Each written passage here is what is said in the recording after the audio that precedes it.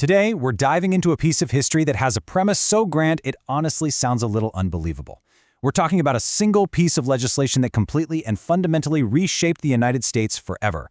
I mean, it created massive fortunes, drove settlement across thousands of miles, totally altered ancient ecosystems, and permanently changed the lives of Native American nations. This is the story of the Homestead Act and how the U.S. government literally gave away a continent. Just to wrap our heads around the sheer scale of this, imagine waking up tomorrow to a crazy announcement. Imagine being told that the federal government was just giving away free land. And we're not talking about some tiny quarter-acre plot in the suburbs or a lease you eventually have to give back. No, we're talking about hundreds of acres of land, an unfathomable amount of space. And all you had to do to claim it was pack up your entire life, head west, and build something out of absolutely nothing. So what's the catch, right? Well, there basically wasn't one, except, surviving. All it took was enduring the elements and successfully building a life on that plot of land for exactly 5 years. If you could somehow hold on for 5 years, that vast expanse of land was yours to keep, forever. And for millions of folks in the 1800s, this wasn't some fantasy or a scam, it was real. Okay, let's look at how this all started with Chapter 1, the promise of free land. Okay, let's dive into this.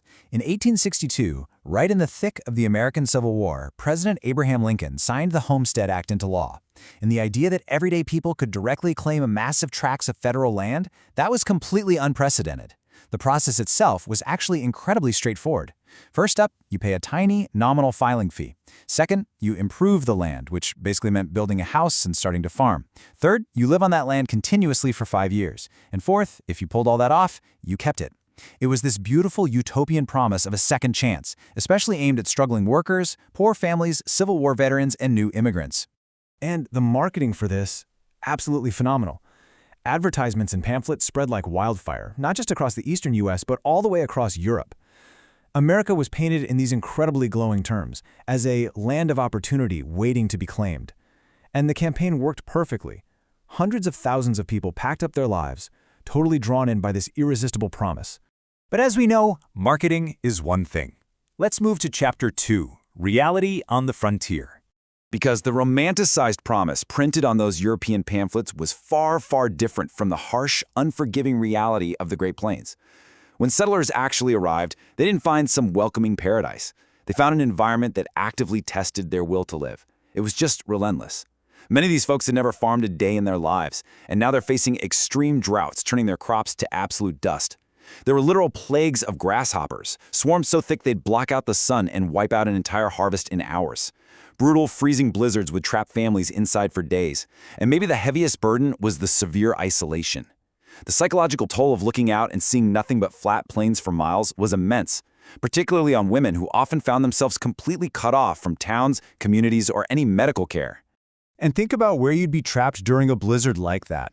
Out on the Great Plains, there were practically zero trees, which meant lumber was almost completely unavailable. So families had to literally carve their survival out of the dirt. They built homes out of stacked prairie sod, which are essentially just big bricks of dirt and grass, or they lived in dugouts carved straight into the side of a hill. The American frontier was definitely not some grand romantic adventure for these folks. It was a gritty, daily battle for basic survival. Which brings us to Chapter 3, the corporate land grab. You see, the Homestead Act was designed as this beacon of equal opportunity for the little guy. But whenever there's vast wealth on the table, the rules of the game have a funny way of changing. That dream was manipulated very quickly. On one side, you had countless small farmers forced to just abandon their claims.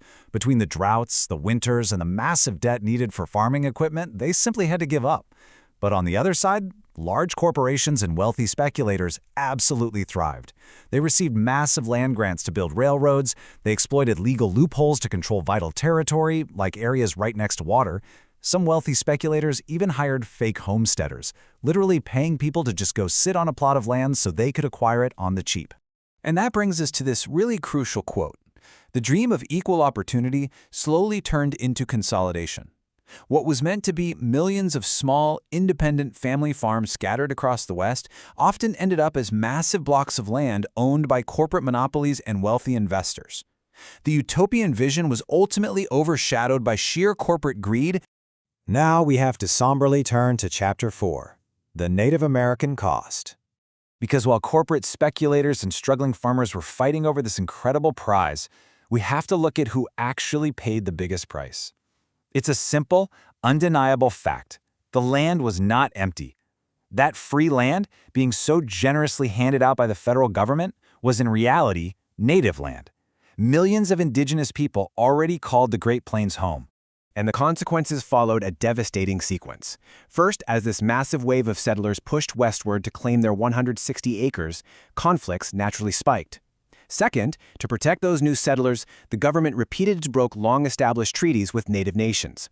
Third, massive ecological changes and overhunting led to the near-total disappearance of the buffalo herds, which were the absolute foundation of the Plains Indians' food systems and entire way of life. And finally, entire tribes were forcibly displaced to make room for more homesteads, military forts, and railroads. To the government, this was framed as progress, but to indigenous nations, it was an invasion that completely destroyed their sovereignty.